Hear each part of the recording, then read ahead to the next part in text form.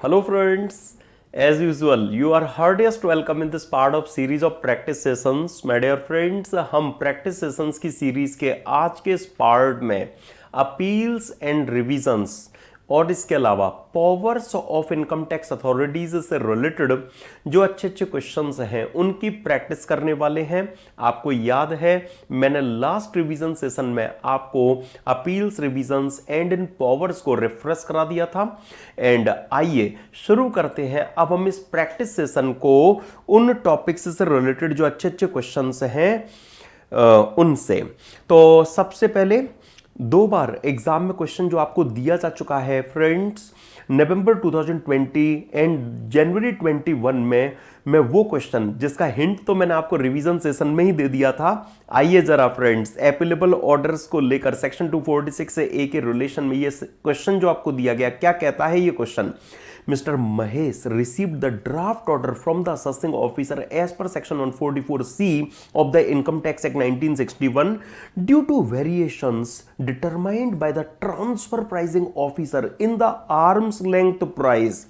But Mr. Mahesh did not prefer to file the objection against the draft order before the dispute resolution panel. Instead, he preferred to file appeal before the CIT appeals under section 246A against the final order received from the assessing officer. You are required to advise Mr. Mahesh whether his contentions are tenable. Discuss the issue with reference to the provisions of section 144C of the IT Act 1961. Friends आप देख रहे हैं यहां mister Mahesh को since TPO की report के base पर कुछ वेरिएशंस मतलब कुछ एडजस्टमेंट एओ ने उनके लिए किए थे, इसलिए ड्राफ्ट ऑर्डर मिस्टर महेश को मिला था। अब मिस्टर महेश चाहते तो वो डीआरपी के पास में ऑब्जेक्शंस फर्निश कर सकते थे, फिर डीआरपी की डायरेक्शंस आती तो उनके पुरसुएंस में एओ अपना ऑर्डर पास करते हुए हमें नजर आते, लेकिन ऐसा कुछ हुआ ही नहीं। यहां पर तो मिस्टर महेश ने सिंस डीआरपी के सामने ऑब्जेक्शन रेज किया ही नहीं तो डीआरपी की डायरेक्शंस पिक्चर में आई ही नहीं, तो एओ ने जो ऑर्डर पास किया ये सोलली एओ का अपना ऑर्डर है। अब इसके अगेंस्ट में वो सीआईटी के पास अपील में जाना चाहते हैं तो क्या उनकी कंटेंशन करेक्ट है? एब्सोल्युटली करेक्ट है। माय डियर फ्रेंड्स आप याद उठाइए मैंने आपको जब 246 से ए रिफ्रेश कराया था तो वहीं पर मैंने आपको इस क्वेश्चन के लिए तैयार कर दिया था कि जहां पर ड्राफ्ट ऑर्डर एसएससी को मिलता है तो वहां बोर्ड ने भी उनको कह रखा है कि उनके पास दो चॉइस है, वो चाहे तो डीआरपी के पास ऑब्जेक्शन रेज करें या फिर वो ईओ को उनका ऑर्डर पास कर लेने दें और उसके बाद में वो सीआईटी के पास अपील लेकर आ जाए। ये एक्ट उनका बिल्कुल करेक्ट यहां पर कहलाएगा। तो फ्रेंड्स यस इस केस में हम बस यही कहेंगे कि मिस्टर महेश की जो कंटेंशन है वो एकदम करेक्ट है। मिस्टर महेश की ईओ के असेसमेंट ऑर्डर के अगेंस्ट में सीआईटी के पास में अपील फाइल करने की जो कंटेंशन है वो tenable in law that is valid in law है। और फ्रेंड्स ये क्वेश्चन याद कीजिए मैंने रिवीजन सेशन में जेनपैक्ट इंडिया प्राइवेट लिमिटेड का केस जब आपको रिफ्रेश कराया था तब ही मैं इस क्वेश्चन को आपके साथ डिस्कस कर चुका हूं। यस माय डियर फ्रेंड्स मैंने रिवीजन सेशन में ही जब आपको जेनपैक्ट इंडिया प्राइवेट लिमिटेड का जब case my dear friends refresh कराया था एप्लीकेबल ऑर्डर्स की लिस्ट के साथ में, तभी मैं आपके साथ इस क्वेश्चन को डिस्कस करके आ चुका हूं। यस फ्रेंड्स तो आइए अब जरा अगले क्वेश्चन का रुख कर ले। हाँ my dear friends stay of demand को लेकर सारी चीजें रिवीजन सेशन में रिफ्रेश तो हमने कर ली थी, लेकिन अब स्टे ऑफ डिमांड से रिलेटेड जो अच्छा क्वेश्चन है दिसंबर 21 अटेम्प्ट के लिए इशू की गई आरटीपी का भी जो पार्ट था मैं वो क्वेश्चन अब आपके सामने रखना चाहता हूं। A petition for stay of demand was filed by XYZ limited before the income tax appellate tribunal in respect of a disputed demand for which appeal was pending before it. The appellate tribunal granted stay vide order dated 1st Jan 23 for a period of 180 days from the date of such order on deposit of 20% of the amount of tax by XYZ Limited. Thereafter, the bench was functioning intermittently till 1st February 2024 on account of COVID pandemic, and therefore the disputed matter couldn't be disposed of. In the meanwhile, in June 23, XYZ Limited had made an application for extension of stay and was granted extension of stay up to 31st दिसंबर 23। तो 12 months तक के लिए ही ITAT stay grant कर सकते हैं। तो पहले 180 days के लिए ग्रांट कर दिया था, लेकिन उसके बाद में उसे बढ़ाकर अप टू 1 ईयर कर दिया गया। Now thereafter on 5th January 2024 the assessing officer attested the bank account of XYZ limited and recovered the amount of rupees 15 lakhs against the arrear demand of rupees 25 lakhs। The company requested the assessing officer to refund the amount as it holds stay over it. The assessing officer, however, rejected the contention of the assessee, stating that the stay period expired on 31st December 23, after which the order of stay stood vacated automatically. Examine the correctness of the contention of the AO. No doubt section 254 का subsection 2A जो आपने reference किया था, उसके third proviso में clearly ये mentioned है क्या कि ITAT का जो स्टे है वो 365 डेज तक ही वैलिड रहेगा। 365 डेज में अगर अपील डिस्पोज ऑफ नहीं होती है तो वो स्टे ऑर्डर इनइफेक्टिव बन जाएगा, चाहे भले ही अपील के डिस्पोजल में होने वाला जो डिले है वो असेसी से एट्रीब्यूटेबल क्यों ना हो। लेकिन याद आ रहा है पेप्सी फूड्स लिमिटेड का सुप्रीम कोर्ट का केस। माय डियर फ्रेंड्स, जो लीगल पोजीशन है वो मैंने आपको रिफ्रेश कराई थी, लेकिन याद कीजिए पेप्सी फूड्स लिमिटेड के केस में सुप्रीम कोर्ट ने क्या कहा था कि 365 डेज के बाद में हां स्टे ऑर्डर वैकेट कर जाएगा, लेकिन केवल तब जब अपील के डिस्पोजल में होने वाला जो डिले है वो असेसी से एट्रीब्यूटेबल हो। जहां असेसी के पार्ट पर अगर डिफॉल्ट है, वो अगर अपील के डिस्पोजल में अगर डिले कर रहा है, उसकी वजह से अपील के डिस्पोजल डिले हो रहा है, तो फिर उस केस में जो स्टे डिमांड है, वो जो स्टे ऑर्डर है वो 365 डेज के बाद में वैकेट कर जाएगा। लेकिन ये जो केस गिवन है फ्रेंड्स, आई होप आपको ये चीज रिकॉल हो रही होगी जो मैंने स्टे ऑफ डिमांड से रिलेटेड आपको रिफ्रेश कराई थी रिवीजन सेशन में इन डिटेल। एक्चुअली भले ही जो लॉ की पोजीशन है उस लॉ की पोजीशन के अकॉर्डिंगली 365 डेज के बाद में अपील का डिस्पोजल भले ही असेसी से एट्रीब्यूटेबल हो, लेकिन वो स्टे ऑर्डर वैकेट हो जाना चाहिए। लेकिन माय डियर फ्रेंड्स, जो कोर्ट ने इंटरप्रिटेशन ली बिल्कुल रीजनेबल थी, और उसके वजह से मैं इस केस में क्या कहूंगा कि सिंस कोविड पेंडेमिक की वजह से अगर ITAT की बेंच अगर अपने फंक्शन परफॉर्म नहीं कर पा रही है, जिसकी वजह से अपील के डिस्पोजल में अगर यहां पर डिले हो रहा है, तो अब इस केस में असेसी की तो कोई गलती नहीं है ना, तो फिर असेसी क्यों भुगतेगा? यहां पर अपील के डिस्पोजल में होने वाला डिले असेसी से एट्रीब्यूटेबल नहीं है। इसीलिए हम इस केस में कहेंगे क्या कि वो जो स्टे ऑफ डिमांड है वो स्टे ऑर्डर ऑटोमेटिकली वैकेट नहीं होगा, बल्कि वो कंटिन्यू ट्रीट किया जाएगा, और इस वजह से असेसी का जो क्लेम है वो यहां सस्टेनेबल ट्रीट किया जाएगा। एओ का उनके क्लेम को रिजेक्ट करने का जो एक्ट है वो इन ऑर्डर ट्रीट नहीं किया जाएगा। ओके फ्रेंड्स, तो जो रिवाइज की थी बस वही चीज आपको यहां पर एप्लीकेबल करनी है। तो डिले असेसी से एट्रीब्यूटेबल ना होने की वजह से भले 365 डेज का टाइम यहां निकल गया, लेकिन फिर भी एओ ने उसके बाद जो रिकवरी की वो एक्ट उनका सही नहीं कहलाएगा, क्योंकि अपील के डिस्पोजल में होने वाला डिले असेसी से एट्रीब्यूटेबल नहीं है। इसलिए एओ की जो कंटेंशन है वो करेक्ट नहीं है। और आइए जरा फ्रेंड्स, नॉर्मली सीआईटी बिल के सामने आप अपील में कोई नया एविडेंस प्रोड्यूस नहीं कर सकते, लेकिन उसके लिए हमने कुछ एक्सेप्शनल सिचुएशंस जो रेफरेंस की थी रूल 46A में, उसी पर बेस 2 बार एग्जाम में क्वेश्चन जो आपको दिया गया था। Mister T prefers appeal with CIT appeals after receiving assessment order under section 143(3) of the IT act.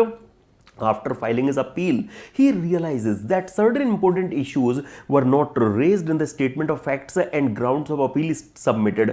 The appellant wants to produce additional evidences before the CIT appeals state the circumstances where the appellant shall be entitled to produce additional evidence that is documentary before the CIT appeals other than the evidence produced during the proceedings before the AO.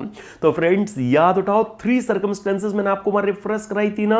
एक तो जहां SSC के द्वारा produce किए गए evidence को इन्होंने refuse कर दिया हो, या जबकि सीआईटीबी के अकॉर्डिंगली वो एडमिट होना चाहिए था, या ईओ ने जो एविडेंस कॉल फॉर किया था या एसएससी को खुद अपनी तरफ से प्रेजेंट करना था ईओ के सामने, लेकिन वो गुड एंड सफिशिएंट रीजन की वजह से वो प्रोड्यूस ईओ के सामने नहीं कर पाया था, या ईओ ने एविडेंस प्रोड्यूस करने की सफिशिएंट अपॉर्चुनिटी दिए बिना ही अपना सस्पेंड ऑर्डर पास कर दिया था, जिसके अगेंस्ट में एसएससी को अपील फाइल करनी पड़ी।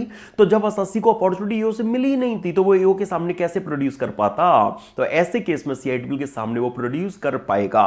तो यही तो तीनों सर्कमस्टेंसेस थी जो आपने रिवाइज की थी, जो इस क्वेश्चन के आंसर में आपको यूज करनी थी। और आइए एक हल्का फुल्का सा क्वेश्चन लेकिन रिपीटेटिव नेचर का है, वो भी देखिए। An assessee who is aggrieved from all or any of the following orders is desirous to know the available remedial recourse and the time limit against each order under the IT act. पहला, order passed under section 143(3) by the AO. तो यहां SSC के पास में रास्ता है क्या कि वो 30 डेज में सीआईटीबी के पास अपील में जा सकते हैं, 1 ईयर में 264 में रिवीजन की एप्लीकेशन लेकर जा सकते हैं, या 4 इयर्स में वो ईओ को रेक्टिफिकेशन के लिए अप्लाई कर सकते हैं अगर वो मिस्टेक एपरेंट फ्रॉम रिकॉर्ड हो तो जो 143(3) का ऑर्डर है उसके अगेंस्ट में एसएससी के पास में ये 3 रेमेडियल रिकोर्स हैं और ये उनकी टाइम लिमिट है। लेकिन अगला केस देखना, order passed under section 263 by the CIT. तो सीआईटी के ऑर्डर के अगेंस्ट में तो आप अपील में आईटीडी के पास ही जा पाओगे। Similarly order passed under section 272A by the director general, तो डायरेक्टर जनरल के ऑर्डर के अगेंस्ट में भी अपील आईटीडी में ही फाइल हो सकती है। और आईटीडी में अपील में जाने के लिए टाइम लिमिट कितनी? 60 डेज की। राइट फ्रेंड्स, तो वो आपको इन दोनों केसेस में बस यहां पर बताना था। लेकिन जो लास्ट केस आपको यहां क्वेश्चन में दिया गया, order passed under section 254 by the ITAT. अब आईटीटी के ऑर्डर के अगेंस्ट में तो आप हाईकोर्ट में अपील 120 डेज में ले जा सकते हो, लेकिन बट वहां कोई सब्सटेंशियल क्वेश्चन ऑफ लॉ आपके केस में होना चाहिए। तो अगर वहां कोई सब्सटेंशियल क्वेश्चन ऑफ लॉ है तो आप आईटीटी के ऑर्डर के अगेंस्ट में हाईकोर्ट में 120 डेज में अपील फाइल करने का राइट रखते हैं। और आइए जरा अगले क्वेश्चन का रुख करें friends. The income tax appellate tribunal passed an order providing relief as prayed by the SSC on 4th January 23. In July 23, the tribunal found a mistake apparent from the record and immediately it rectified the mistake and passed an order.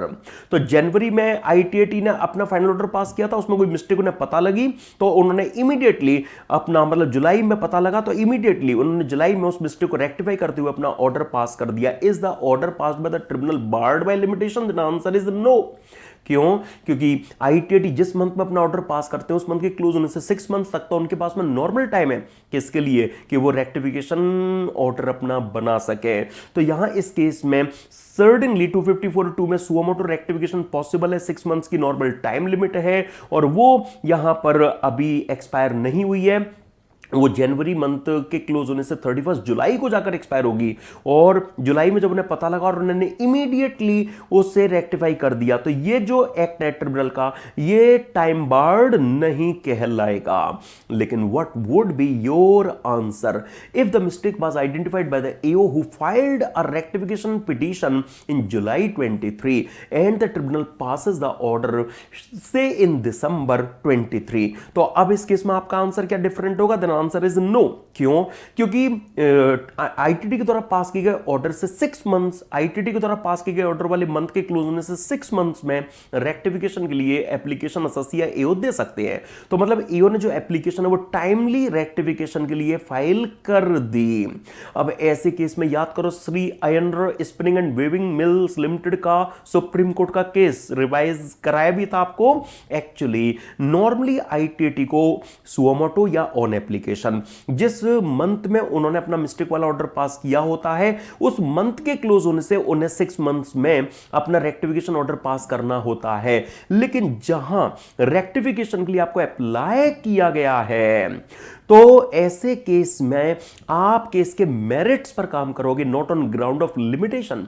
यही तो supreme court ने कहा था ना कि आप time limit पकड़कर नहीं बैठ जाओगे, मतलब आप अपना जो रेक्टिफिकेशन ऑर्डर है वो 6 मंथ्स की टाइम लिमिट के बाद भी पास कर पाओगे।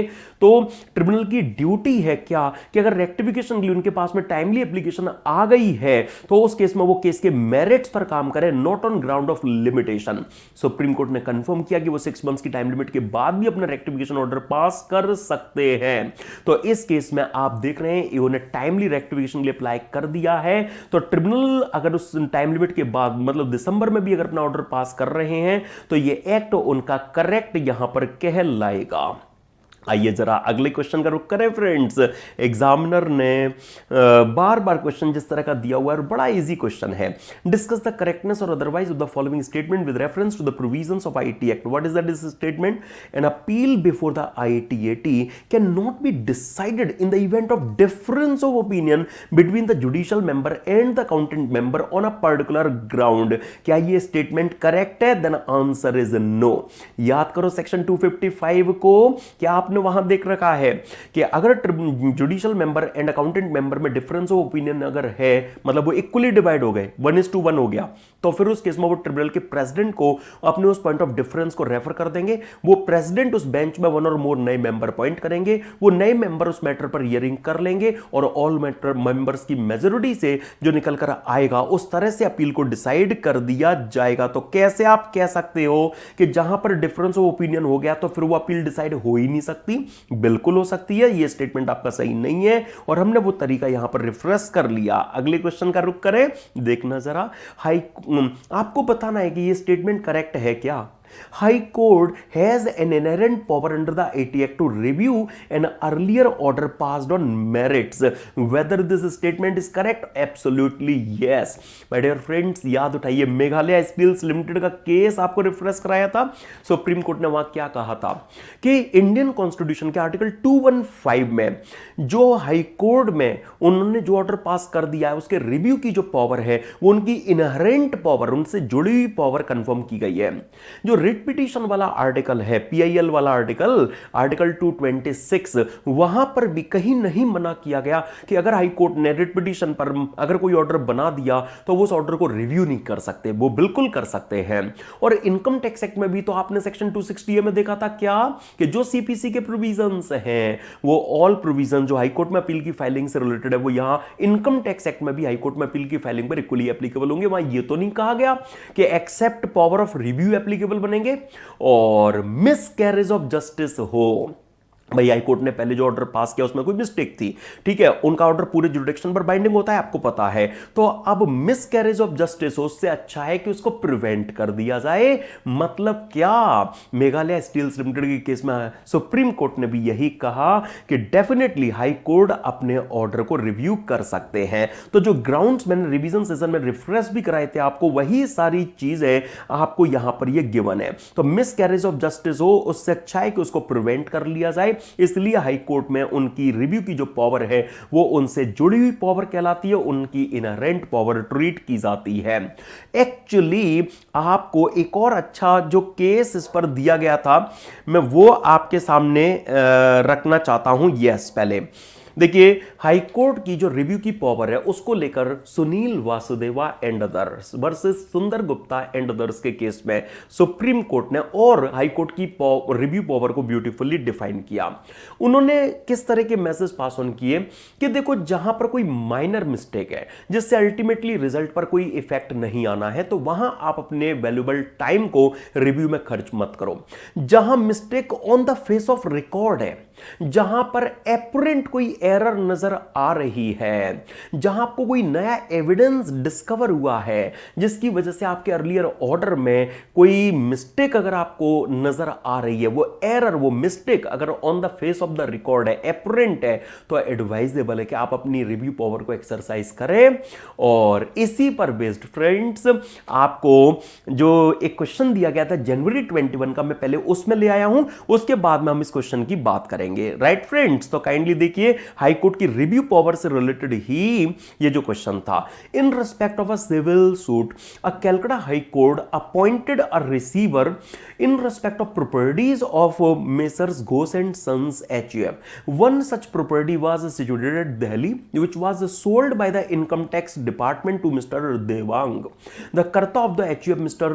Ghosh, objected to such sale, stating that no leave was taken from Calcutta High Court for such sale. An application was also filed by the department to take the permission for such sale. The Calcutta High Court passed an order whereby it directed a civil suit to be pursued at Delhi. However, it overlooked the provisions of Section 293 of the IT Act, which puts a bar on filing suit in any civil code against an income tax authority in respect of any proceedings under the IT Act. The said order was recalled for review by the High Court and error apparent was corrected. Discuss the validity of the action taken by Calcutta High Court. Sunil Vasudeva and others versus सुंदर Gupta and others के case के exact facts आपके सामने यहां रखे गए। देखिए, आपको पहले तो यह पता होना चाहिए कि हाँ, इनकम टैक्स एक्ट में एक सेक्शन है, सेक्शन 293, जो ये कहता है कि इनकम टैक्स एक्ट की किसी भी प्रोसीडिंग्स को लेकर किसी भी इनकम टैक्स अथॉरिटी पर कोई सिविल सूट फाइल नहीं किया जा सकता। अब हुआ क्या था इस केस में, my dear friends, Calcutta high court ने एक एचयूएफ की प्रॉपर्टी के रिस्पेक्ट में रिसीवर अपॉइंट कर दिए, लेकिन उस एचयूएफ की एक प्रॉपर्टी जो दिल्ली में थी, वो प्रॉपर्टी इनकम टैक्स डिपार्टमेंट ने बिना कैलकाटा हाई कोर्ट से परमिशन लिए, बिना कैलकाटा हाई कोर्ट की जानकारी में उस फैक्ट को लाए हुए वो प्रॉपर्टी बेच दी। लेकिन बाद में इनकम टैक्स डिपार्टमेंट ने एप्लीकेशन दी थी कि हमने ये प्रॉपर्टी बेच दी है, सो काइंडली आप हमारे इस एक्ट को परमिट कर दीजिए। कैलकाटा हाई कोर्ट को गुस्सा आ गया, उन्होंने इनकम टैक्स अथॉरिटी जिसने ये प्रॉपर्टी बेची थी उसके अगेंस्ट में दिल्ली में सिविल सूट फाइल किया जाए, ऐसा ऑर्डर पास कर डाला। लेकिन वो भूल गए कि सेक्शन 293 इसके लिए परमिट करता ही नहीं। बाद में उन्हें पता लगा कि अरे, इनकम टैक्स एक्ट में सेक्शन 293 कंप्लीट बार अटैच किए हुए है कि इनकम टैक्स अथॉरिटी के अगेंस्ट में कोई सिविल सूट फाइल नहीं हो सकता। तो कैलकाटा हाई कोर्ट को अपनी गलती का एहसास हुआ और उन्होंने फिर अपने उस अर्लियर रॉन्गली पास्ड ऑर्डर जिसमें इनकम टैक्स अथॉरिटी के अगेंस्ट में सिविल सूट फाइल करने की बात की गई थी, उन्होंने उस ऑर्डर को रिव्यू किया, अपनी मिस्टेक को करेक्ट किया। क्या कैलकाटा हाई कोर्ट का ये एक्शन वैलिड होगा? ऑफ कोर्स यस, डेफिनेटली ये जो एक्ट है ये वैलिड ट्रीट किया जाएगा।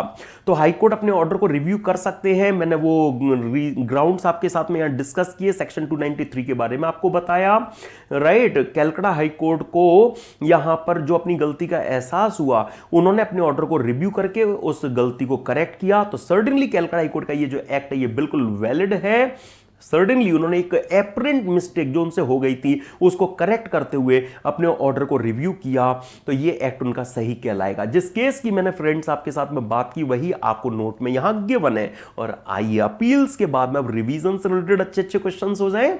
देखिए जरा एक रिपीटेटिव नेचर के इस क्वेश्चन को, एक मिनट अपील का एक क्वेश्चन तो रह गया। हाँ, आइए नवंबर 2019 के उस क्वेश्चन को पहले डिस्कस करेंगे। Being aggrieved by the order of ITAT Delhi, an assessee filed an appeal with the Honorable High Court of Delhi with a delay of 439 days in filing the appeal. While filing the appeal, the assessee made an application for condonation of delay, also citing the reasons that the delay is on account of pursuing an alternate remedy by way of filing an application before ITT under section 254 subsection 2 for rectification of mistake apparent from the records. Does the contention of the assessee is maintainable? मतलब याद आ रहा है जो हमने Spinacom India private limited का case discuss किया था, याद कीजिए friends. Spinacom India private limited case में सुप्रीम कोर्ट ने क्या कहा था कि अगर आईटीएटी ने कोई ऑर्डर पास किया, assessee ने रेक्टिफिकेशन के लिए एप्लीकेशन दी और रेक्टिफिकेशन प्रोसीडिंग चल रही है, इतने में उनका आईटीएटी के ऑर्डर के अगेंस्ट में हाईकोर्ट में अपील फाइल करने का 120 डेज का जो टाइम होता है वो निकल गया। अब वो बाद में हाईकोर्ट में अपील लेकर गए, इतने डिले के बाद अपील लेकर गए, और वो क्या कह रहे हैं कि भैया मेरी तो रेक्टिफिकेशन प्रोसीडिंग चल रही थी ना, मैं तो अल्टरनेट रेमेडी अवेल किए हुए था, इसलिए मुझसे डिले हो गया, इसलिए मेरी जो कॉन्डोनेशन ऑफ डिले की पिटीशन है वो मेंटेन की जाए। तो फ्रेंड्स वाकई क्या यहां पर ये ऑल्टरनेट रेमेडी है? आप सोचिए जरा, जो आप रेक्टिफिकेशन करा सकते हैं सेक्शन 254(2) में, वो तो केवल और केवल मिस्टेक अपरेंट फ्रॉम रिकॉर्ड का है।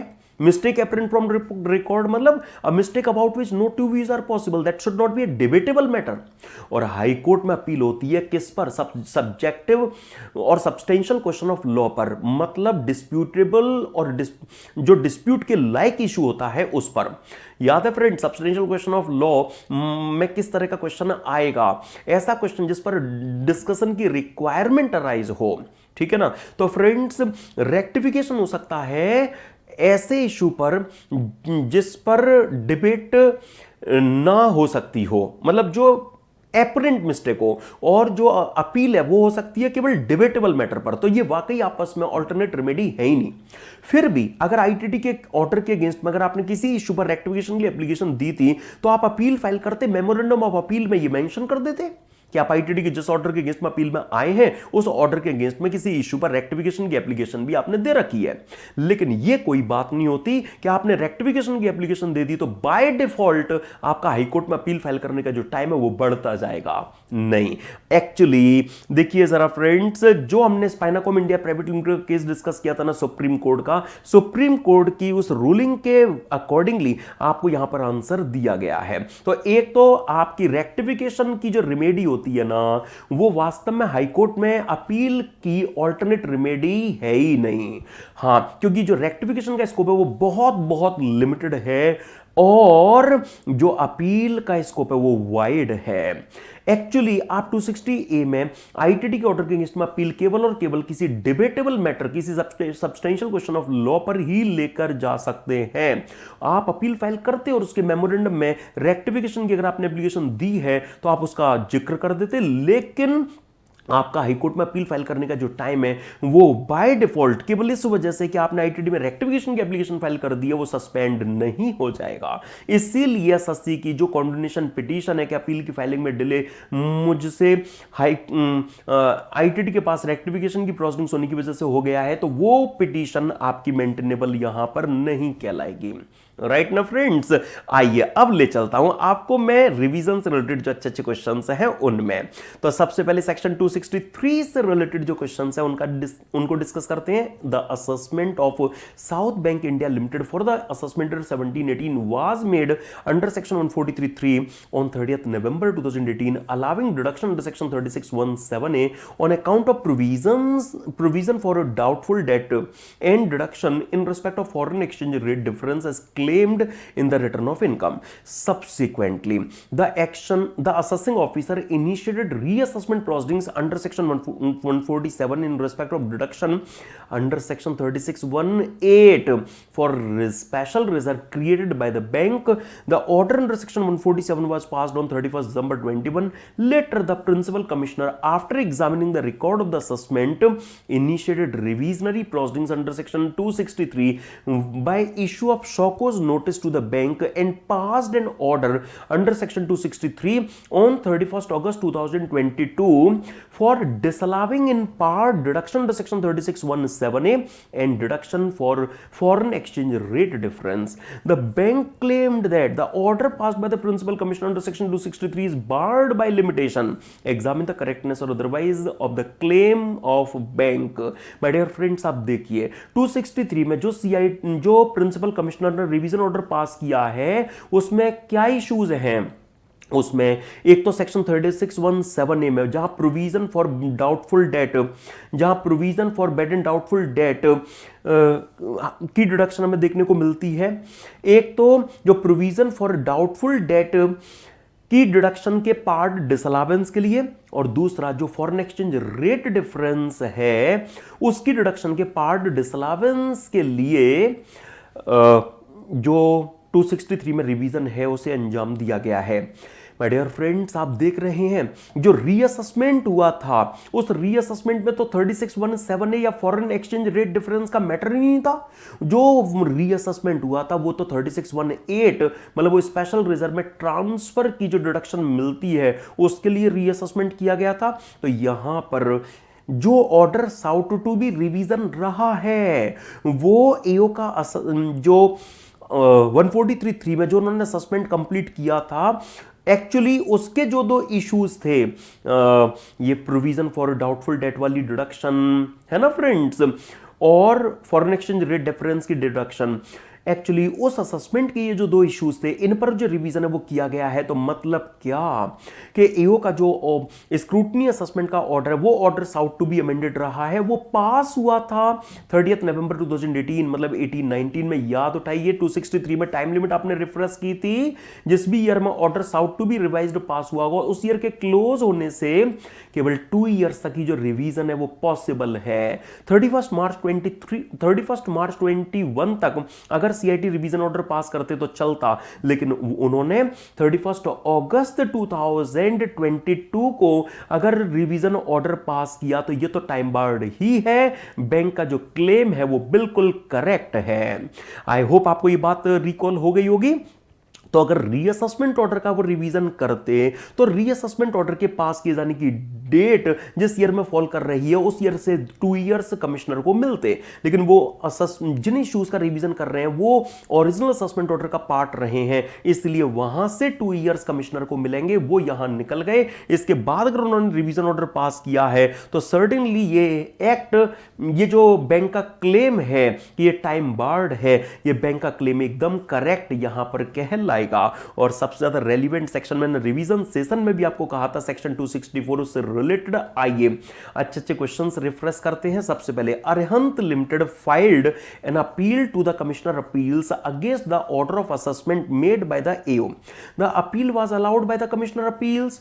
The assessee later found that he was entitled to a deduction of rupees 30,000 as bad debt under section 3617 which he had forgotten to claim, and the related amount was also not allowed by the AO in the course of the assessment.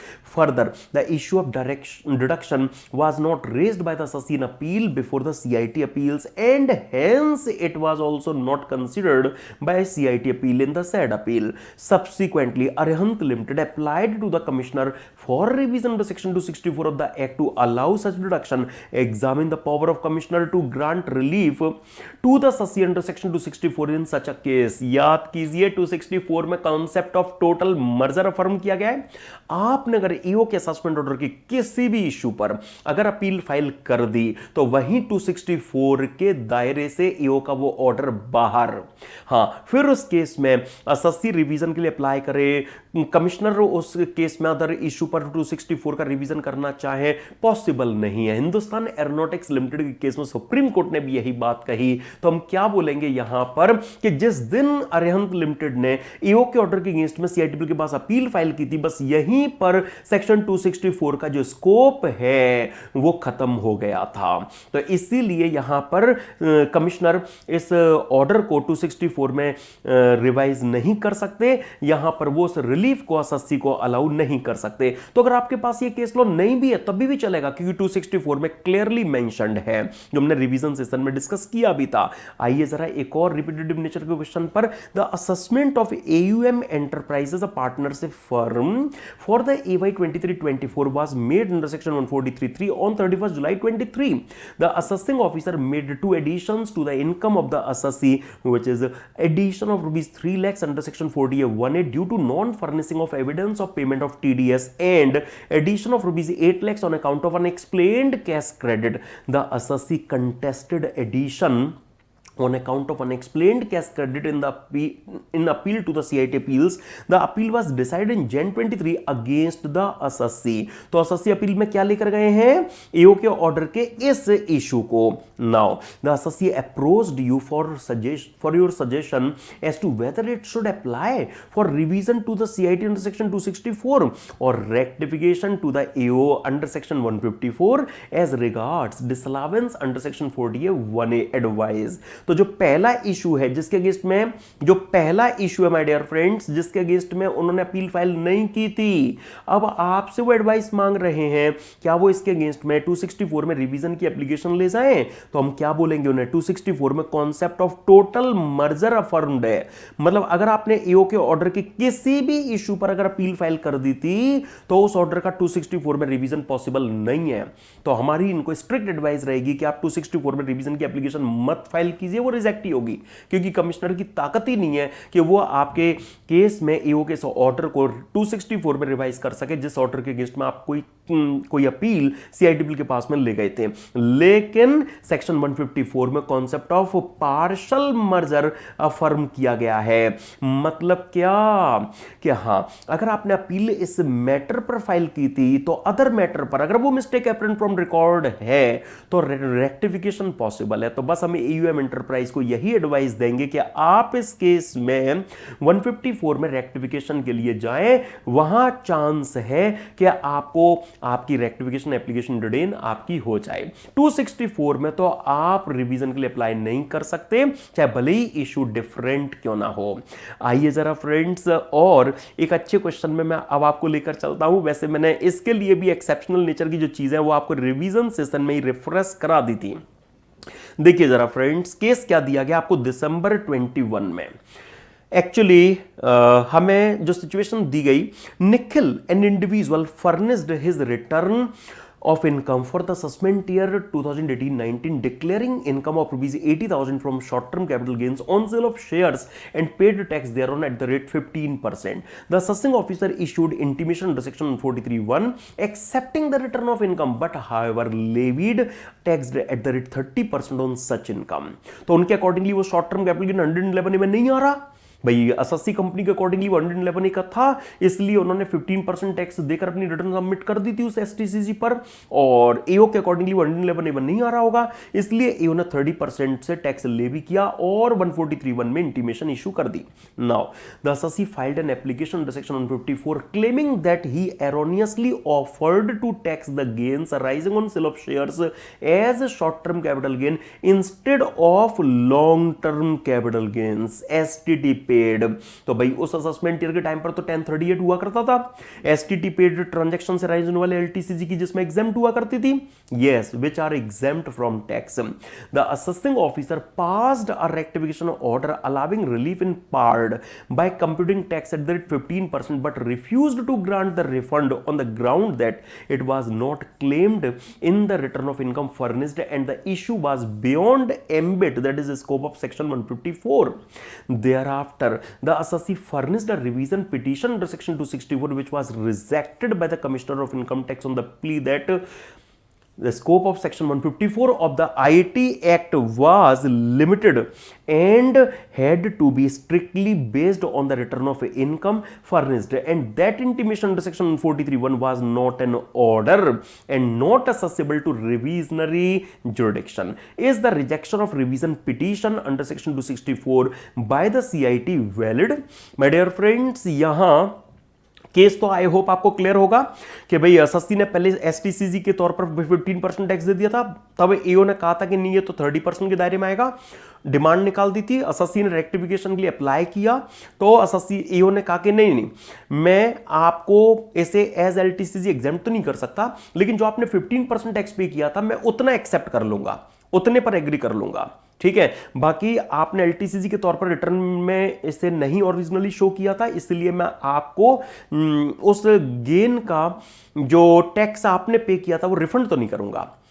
तो SSC बेचारा CIT के पास में revision application जो लेकर आया, तो CIT कहते हैं कि नहीं, ये एक्चुअली 143(1) की इंटीमेशन का हम रिवीजन नहीं कर सकते क्योंकि वो ऑर्डर नहीं होती, इसलिए हम उसका रिवीजन यहां पर नहीं कर सकेंगे। माय डियर फ्रेंड्स, आप याद उठाइए, मैंने आपको जब सेक्शन 264 रिफ्रेश कराया था तो वहीं सेक्शन 264 में ये जो कॉन्सेप्ट है वो भी मैंने आपको रिफ्रेश करा दिया था।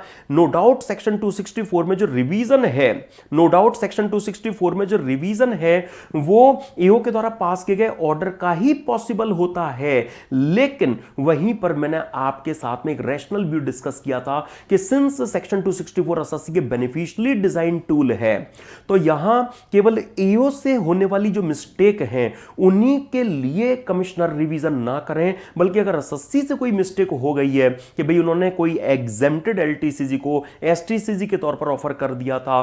तो ऐसे केस में ऐसी मिस्टेक को भी कमिश्नर उनकी यहां पर करेक्ट कर दे। यहां जो ऑर्डर है उस ऑर्डर में सेक्शन 143(1) की जो इंटीमेशन है वो भी इंक्लूड होगी। मैंने ये जो रैशनल व्यू है वो रिवीजन सेशन में भी आपके साथ में डिस्कस कर लिया था फ्रेंड्स, और आइए उसी बात को आपने बस यहां यूज करना था। तो यहां पर जो इशू है कि भाई 143(1) की जो इंटीमेशन है क्या उसका 264 में रिवीजन पॉसिबल हो पाएगा। प्रोविजन की जहां तक बात है तो हाँ 264 में ऑर्डर के रिवीजन की ही बात कही गई है, लेकिन आप एनालिसिस में जो हमने डिस्कशन किया था वो सारी चीजें बस यहां पर यूज करेंगे कि ना सिर्फ एओ सबऑर्डिनेट अथॉरिटी कमिश्नर के जूनियर मतलब एओ की मिस्टेक ही वो करेक्ट करे, ऐसा सेक्शन लिमिट नहीं करता। अगर सस्ती से कोई मिस्टेक हो गई है तब उसको भी यहां पर करेक्ट कर दिया जाना चाहिए। और की लाइन है ये, the intimation under section 143(1) is to be regarded as an order for the purpose of 264।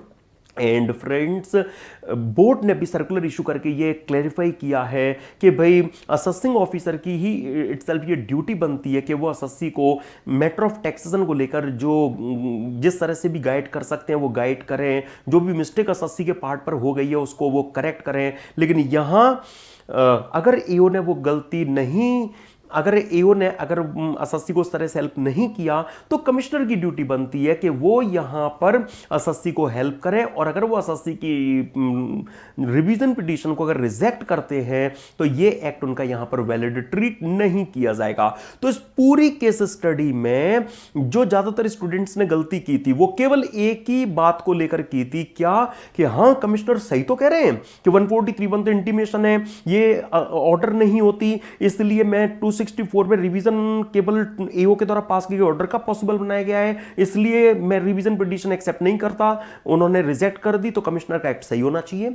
लेकिन यह बात बिल्कुल सही है, Rajesh Jhaveri stock brokers private limited के केस में सुप्रीम कोर्ट की जजमेंट से भी हमने डिस्कस की थी, एपी के क्वेश्चन में भी मैंने वो चीजें यूज की थी। नो डाउट जो जनरल रूल है रेस्ट ऑफ द वर्ल्ड के लिए आप जो थीम अडॉप्ट करेंगे वो यही है क्या कि intimation under section 143(1) is not an suspend order. 263 के लिए भी ये रूल लगेगा, लेकिन 264 इसका एक्सेप्शन है। 264 में जहां बात हुई है ऑर्डर ऑफ एओ की, वहां पर 143(1) की इंटीमेशन भी आएगी। 143(1) की जो इंटीमेशन है वो 264 के लिए केवल ऑर्डर की तरह ट्रीट की जाएगी, उसका रिवीजन यहां पॉसिबल हो पाएगा। Right friends, faceless suspend scheme में भी, in fact updated return of income के रिवीजन सेशन में भी मैंने आपको इस बारे में वहां डिस्कशन किया था, आपको याद होगा। आइए जरा अब हम एक मल्टीपल कॉन्सेप्ट बेस्ड क्वेश्चन को डिस्कस करते हैं। यस, एग्जाम में आपको इस तरह का क्वेश्चन भी दिया जाता रहा है। क्या यहां पर आपको गिवन है assessment of Bhajan limited was complete under section 143(3) with an addition of ₹15 lakhs to the returned income. The assessee company preferred appeal before the CIT appeals which is pending now. In this backdrop answer the following based on fresh information that there was escapement of income for the same assessment year, can the assessing officer initiate reassessment proceedings when the appeal is pending before commissioner appeal? Then answer is yes. अरे appeal तो एओ ने जो suspend में किया होगा उसके against में चल रही है ना। अब अगर कोई नई एस्केप्ड इनकम अगर पता लगी है तो वो केस रीओपन करेंगे, उस नई इनकम का टैक्सेशन इफेक्ट देने के लिए रीअसेसमेंट को अंजाम देंगे। सर्टेनली यहां पॉसिबल है। Can the assessing officer pass an order under section 154 for rectification mistake in respect of issue not being subject matter of appeal? Then answer is yes. अरे याद करो ना, अभी अभी रिफ्रेश कराया था, सेक्शन 154 में concept of partial merger affirm किया गया है कि एओ के एओ के ऑर्डर के जिस इश्यू पर अगर अपील हुई है उसका रेक्टिफिकेशन पॉसिबल नहीं है, लेकिन उससे अलग जो इश्यू हैं जो अपील में नहीं गए हैं उन पर तो रेक्टिफिकेशन पॉसिबल है ही। Then friends, can the assessee company seek revision under section 264 in respect of matters other than those preferred in appeal? Then answer is no, क्योंकि 264 में आपको याद है ना concept of total merger affirm किया गया है कि अगर एओ के ऑर्डर के किसी भी इश्यू पर अगर आप अपील में चले गए तो उस ऑर्डर का 264 में रिवीजन तो पॉसिबल नहीं हो पाएगा। Can the commissioner make a revision under section 263 both in respect of matters covered in appeal and other matters? Then answer is no. हम क्या कहेंगे, देखो जो अदर मैटर है ना जो अपील में नहीं कंसिडर किए गए हैं, हां जो अदर मैटर है उन पर तो आप रिवीजन कर सकते हो, क्योंकि सेक्शन 263 में भी कंसेप्ट ऑफ पार्शियल मर्जरी अफर्म किया गया है। तो जो अपील में मैटर कवर्ड नहीं है उनका तो आप रिवीजन 263 में कर दीजिए, लेकिन जिन पर अपील चल रही है, जो अपील में कवर्ड हैं, हाँ, उन पर जो रिवीजन है वो 263 का पॉसिबल नहीं है। हालांकि 263 में लिखा है कि वे मैटर जो अपील में कंसीडर्ड एंड डिसाइडेड होंगे उनका 263 में रिवीजन पॉसिबल नहीं होगा। अभी ये मैटर अपील में कंसीडर हैं, डिसाइड नहीं हुए हैं, अपील चल रही है, तो शायद 263 पर भी कमिश्नर कर देगा, लेकिन नहीं। एक्चुअली मद्रास हाईकोर्ट ने क्या कहा, संपत लाल छोड़ दिया के केस में मद्रास हाईकोर्ट ने यह कहा कि जो इशू अपील में पेंडिंग है, भले डिसाइड ना हुए हो, लेकिन कमिश्नर उन पर अपना रिविजनल ज्यूरिडिक्शन एक्सरसाइज नहीं कर सकता, क्योंकि कमिश्नर अभी कुछ और ऑर्डर देंगे और एपीलेट अथॉरिटी का ऑर्डर हो सकता है कुछ अलग आ जाए, अननेसेसरी अथॉरिटीज के व्यूज में कॉन्फ्लिक्ट राइज होगा ना, तो वो जुडिशरीज नहीं चाहते। ओके, तो अब मैं कह सकता हूं कि हमने 15 क्वेश्चंस की हेल्प से अपील्स रिवीजन रिलेटेड जो भी अच्छे अच्छे क्वेश्चंस थे उनकी प्रैक्टिस आपको यहां करा दी, और अब बारी है income tax authorities and there powers chapter में मूव करने की। आइए जरा याद कीजिए, हमने वहां सबसे पहले जो सेक्शन रिफ्रेश किया था सेक्शन 19, उससे रिलेटेड क्वेश्चन हो जाए। Discuss the correctness or otherwise of the following statement with reference to the provisions of IT Act। क्या है statement? Central board of direct taxes issues orders, instructions and directions to other income tax authorities as it may deem fit, which has to be compulsorily followed by them। हम क्या कहेंगे, CIT bill को छोड़ दो, तो बाकी सारी income tax authorities पर यह स्टेटमेंट सीबीडीटी के लिए एकदम करेक्ट है। लेकिन सीआईटी अपील को वो ऐसी ऑर्डर, इंस्ट्रक्शन, डायरेक्शन इशू नहीं कर सकते जो उनके एपलेट डिस्क्रिप्शन को इंटरफेयर करे। तो हम क्या कहेंगे कि आपका ये जो स्टेटमेंट है ये फुल्ली करेक्ट भी नहीं है और फुल्ली इनकरेक्ट भी नहीं है ना। सीआईटी बिल के रिस्पेक्ट में ये फुल्ली करेक्ट नहीं है और बाकी सभी इनकम टैक्स अथॉरिटीज के रिस्पेक्ट में ये इनकरेक्ट भी नहीं है। तो हम कहेंगे आपका ये स्टेटमेंट पार्शियली करेक्ट है। सेक्शन 19 के अकॉर्डिंगली सीबीडीटी हाँ अदर इनकम टैक्स अथॉरिटीज को ऑर्डर, इंस्ट्रक्शंस, डायरेक्शन जो भी वो फिट फील करें वो इशू कर सकती हैं, जो अदर इनकम टैक्स अथॉरिटीज को कंपल्सरली फॉलो करने होते हैं।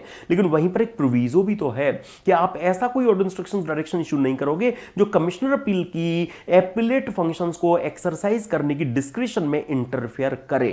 तो अगर आपको वो फिट फील होता है और ऐसी इंस्ट्रक्शन अगर आप सीआईटी बिल को देना चाहते हो जो उसकी एपीलेट डिस्क्रिप्शन में इंटरफेयर करेगी, तो वो आपके लिए पॉसिबल नहीं होगा, राइट ना। अच्छा, आइए जरा एक और अच्छा क्वेश्चन देखिए। JKL limited filed its returns of loss for the AY 23-24 on 10 January 24 beyond the time prescribed in section 139(3), declaring a total loss of rupees 15 lakhs. It approaches you for advice regarding the course of action to be taken to secure the benefit of carry forward of business loss for set off against future profits. Advise the company suitably in the matter. Friends, याद करो मैंने section 19 जब आपको refresh कराया था तब मैंने एक बोर्ड का सर्कुलर भी आपको रिफ्रेश कराया था। अगर एसएससी ने रिटर्न ड्यू डेट तक वो नहीं फाइल की, बिलेटेड रिटर्न का टाइम भी निकल गया, उसके बाद अगर वो रिफंड क्लेम करने वाली रिटर्न अगर फाइल करते हैं तो वो तो रिटर्न अपरेंटली टाइम बार्ड है। या अगर उनसे ड्यू डेट रिटर्न फाइल करने की निकल गई और वो लॉस की रिटर्न जो उनकी थी वो नहीं फाइल कर पाए, ड्यू डेट के बाद अगर उन्होंने अपने रिटर्न ऑफ लॉस फाइल किया तो उस लॉस का कैरी फॉरवर्ड उन्हें नहीं मिल पाएगा, सेक्शन 80 बीच में आएगा, राइट ना। तो अब ऐसे डिले को वो कंडोन करा सकते हैं। उसकी कंडोनेशन पिटीशन उन्हें किनके यहां देनी होती है, किनके पास में उनकी कंडोनेशन पिटीशन को एक्सेप्ट या रिजेक्ट करने का राइट है। बोर्ड ने इसके लिए क्या सर्कुलर में क्लैरिफाई क्या रखा है कि जहां पर क्लेम का अमाउंट 10 लाख से ज्यादा नहीं है, क्या वो रिफंड क्लेम है या लॉस का क्लेम है, अगर 10 लाख से ज्यादा नहीं है तो कमिश्नर, प्रिंसिपल कमिश्नर, अगर 10 लाख से ज्यादा है, 50 लाख से ज्यादा नहीं है तो फिर चीफ कमिश्नर और प्रिंसिपल चीफ कमिश्नर, और अगर 50 लाख से भी ज्यादा है तो बोर्ड ही उस कॉन्डोनेशन पिटीशन को एंटरटेन करेंगे। My dear friends, I hope आपको वो चीजें रिकॉल हो गई होंगी। अब यहां पर लॉस का केस चल रहा है, लॉस की रिटर्न आपने ड्यू डेट तक फाइल नहीं की है ना। तो अब जो आपसे डिले हुआ है, अब आप उस डिले को माफ कराना चाहते हैं, तो सिंस ये वाला जो केस है ये हम क्या कहेंगे कि 10 लाख से 50 लाख वाला जो सेकंड स्लैब होता है ना उसमें आपका फॉल कर रहा है, तो आपको चीफ कमिश्नर या प्रिंसिपल चीफ कमिश्नर के पास में पिटीशन लेकर जाना चाहिए उस डिले के कॉन्डोनेशन की। तो यहां हमारी तो एडवाइस है जेकेएल लिमिटेड के लिए माय डियर फ्रेंड्स यही रहेगी कि आपके केस में ये एम्पावर्ड है उस डिले को कंडोन करने के लिए, तो आपको जो कॉन्डोनेशन पिटीशन है वो इनके यहां फाइल करनी चाहिए। आइए जरा अगले क्वेश्चन का रुख कर लें। The director general of income tax after getting the information that mister x is in position of unaccounted cash of ₹50 lakhs issued orders by invoking power vested in him as per section 131 of the IT Act for its seizure।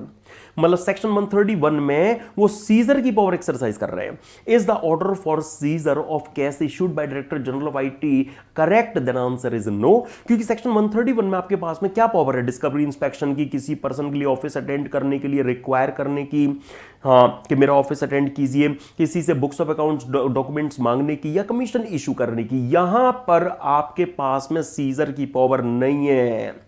लेकिन if not, does the director general of IT have any other power to seize such cash? Yes, section 132 में जो eligible authorities हैं search and seizure की power के लिए, वहां पर director general of income tax भी कवर्ड है।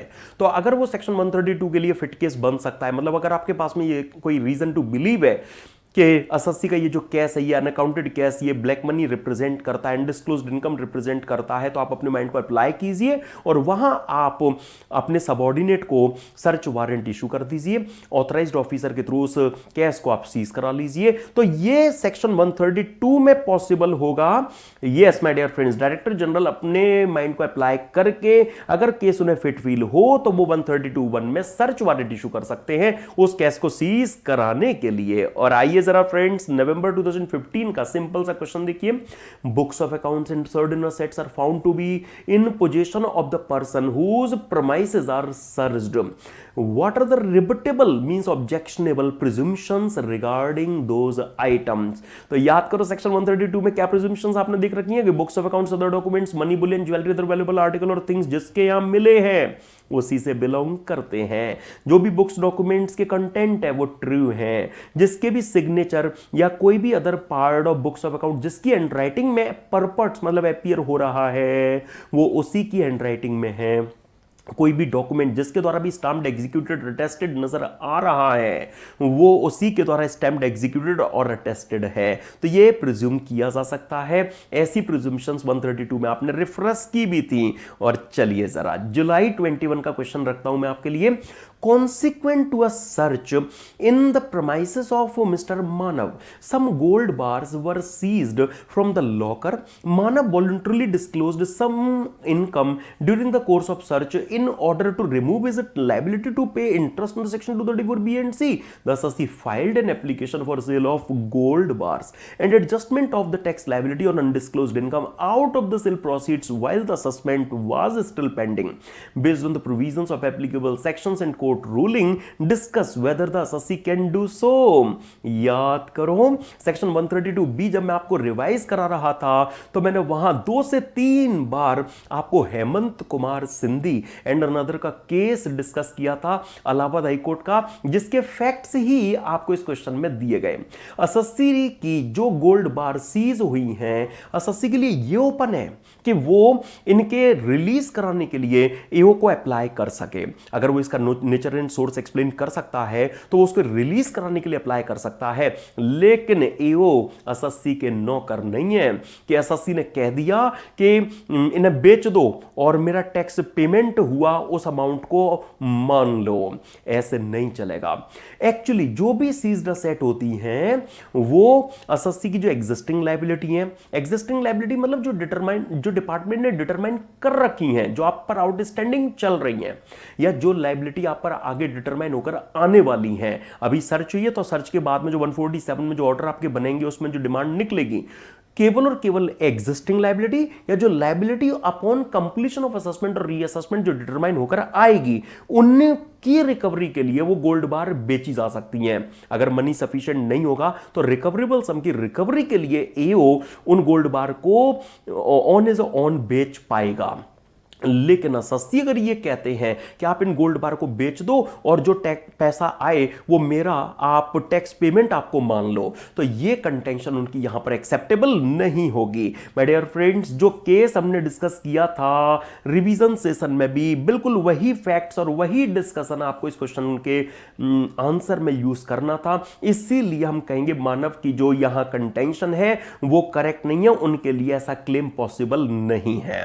आप एक बार रीड करेंगे करेंगे वही चीजें आपको यहां पर नजर आएंगी। और देखिए जरा एक रिपीटेटिव नेचर के क्वेश्चन को। A search as per section 132 of the act was conducted on 2nd January 2023 and cash of rupees 40 lakhs was seized. The SSC moved an application on 30th January 23 to release such cash after explaining the sources thereof, which was turned down, that is rejected by the department.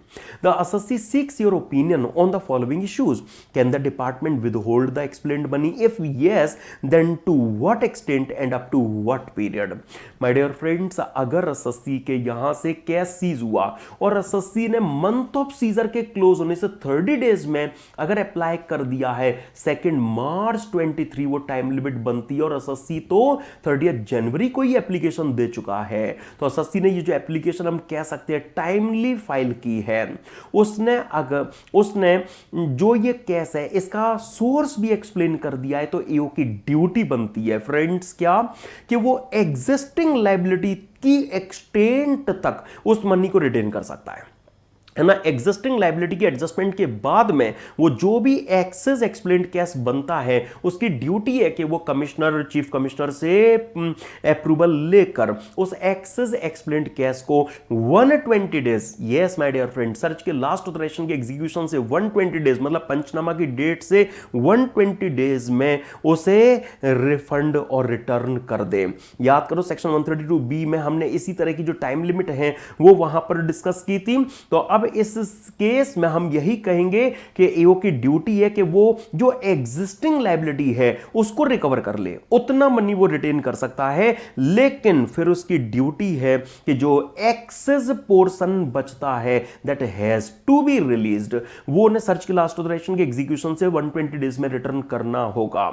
ठीक है ना friends, since SSC के यहां जो scissor हुआ था उसने timely जो एप्लीकेशन है वो यहां पर दे दी है, तो एग्जिस्टिंग लायबिलिटी तक कैश को वो रिटेन कर सकते हैं। बैलेंस जो अमाउंट है वो 120 डेज में उनको रिटर्न करना उनकी ड्यूटी बनती है।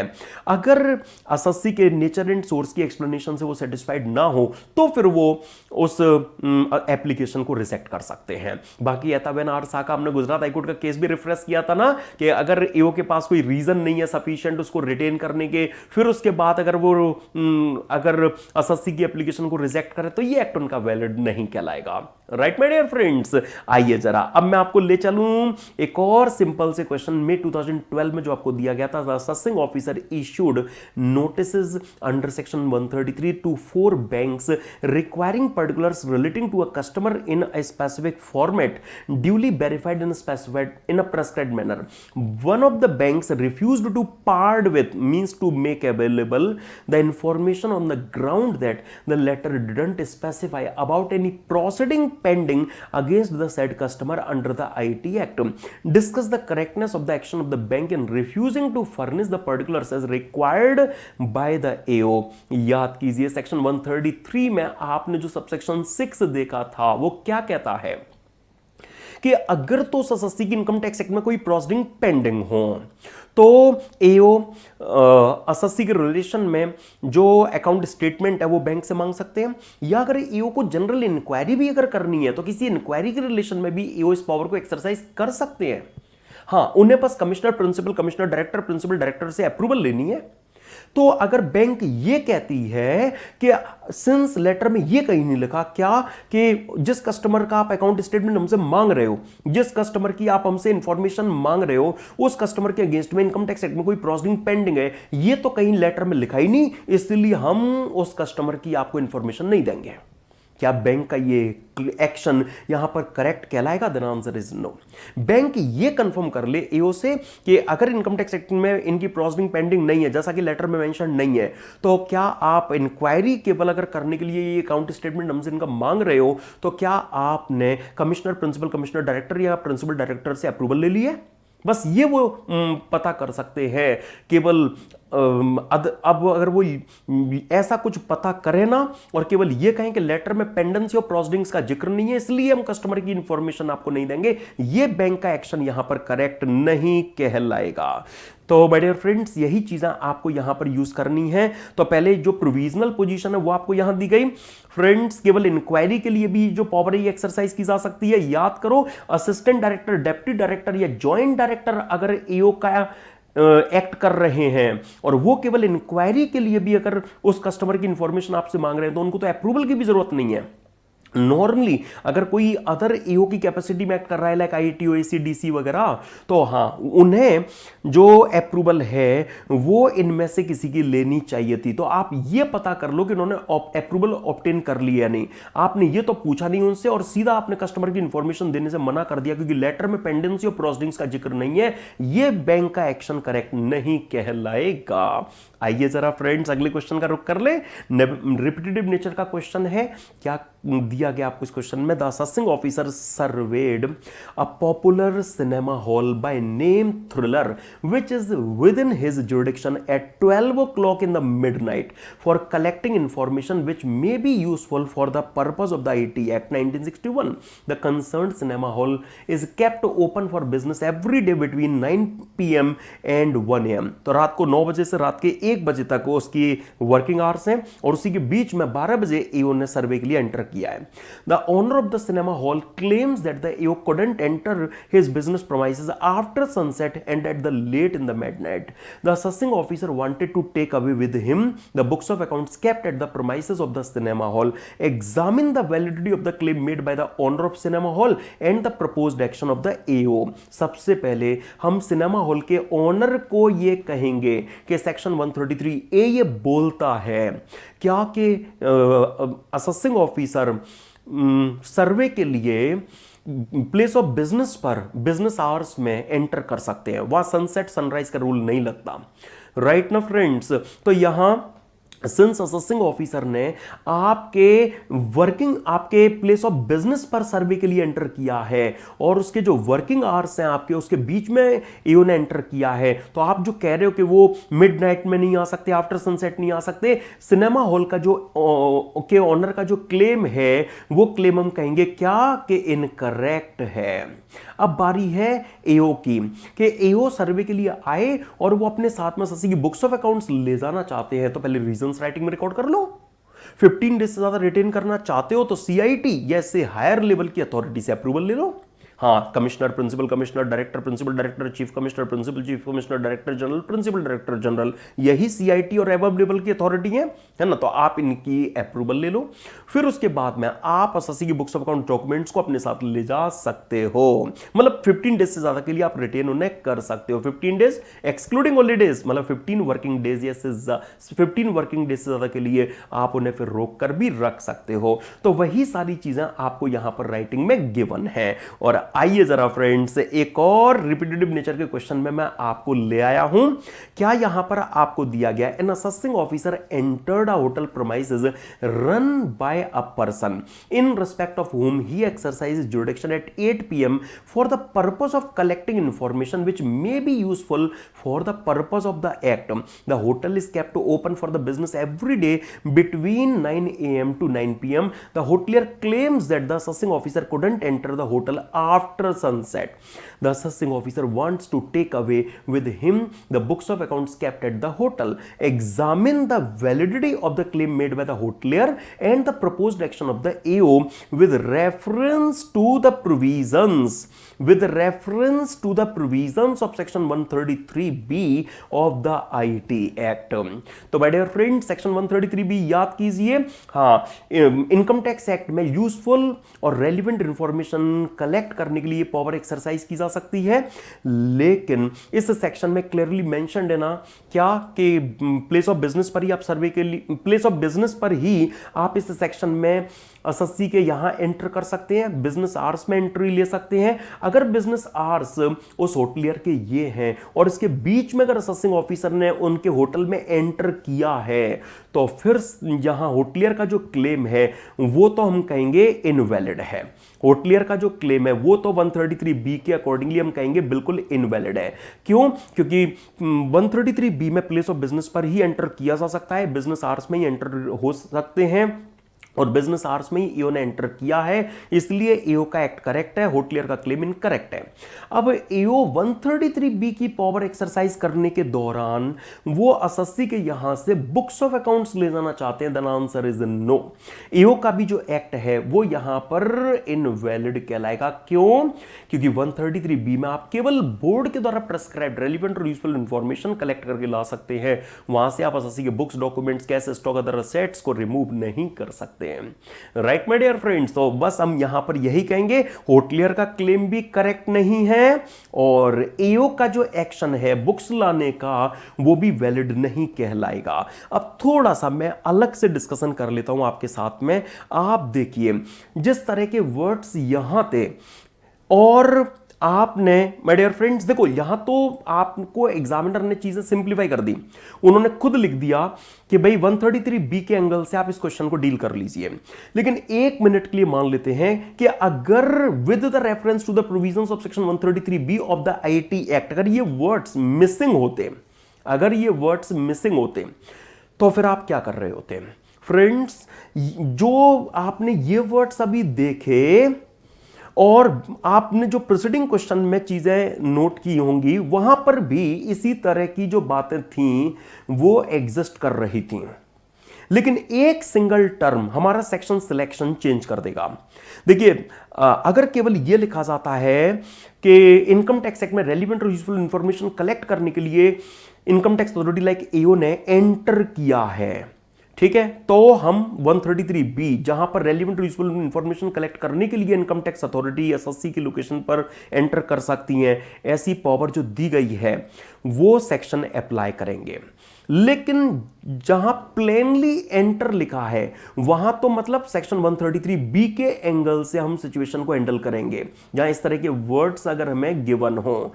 लेकिन जहां पर my dear friends general term नहीं है, स्पेशल टर्म यूज की गई है, सर्वेड, के असेसिंग ऑफिसर ने सर्वे किया है, तो फिर इस टर्म के होने पर तो पक्का सर्वे वाला जो सेक्शन है वही लगेगा। सेक्शन 133 ए के अकॉर्डिंगली सिचुएशन को हैंडल किया जाएगा।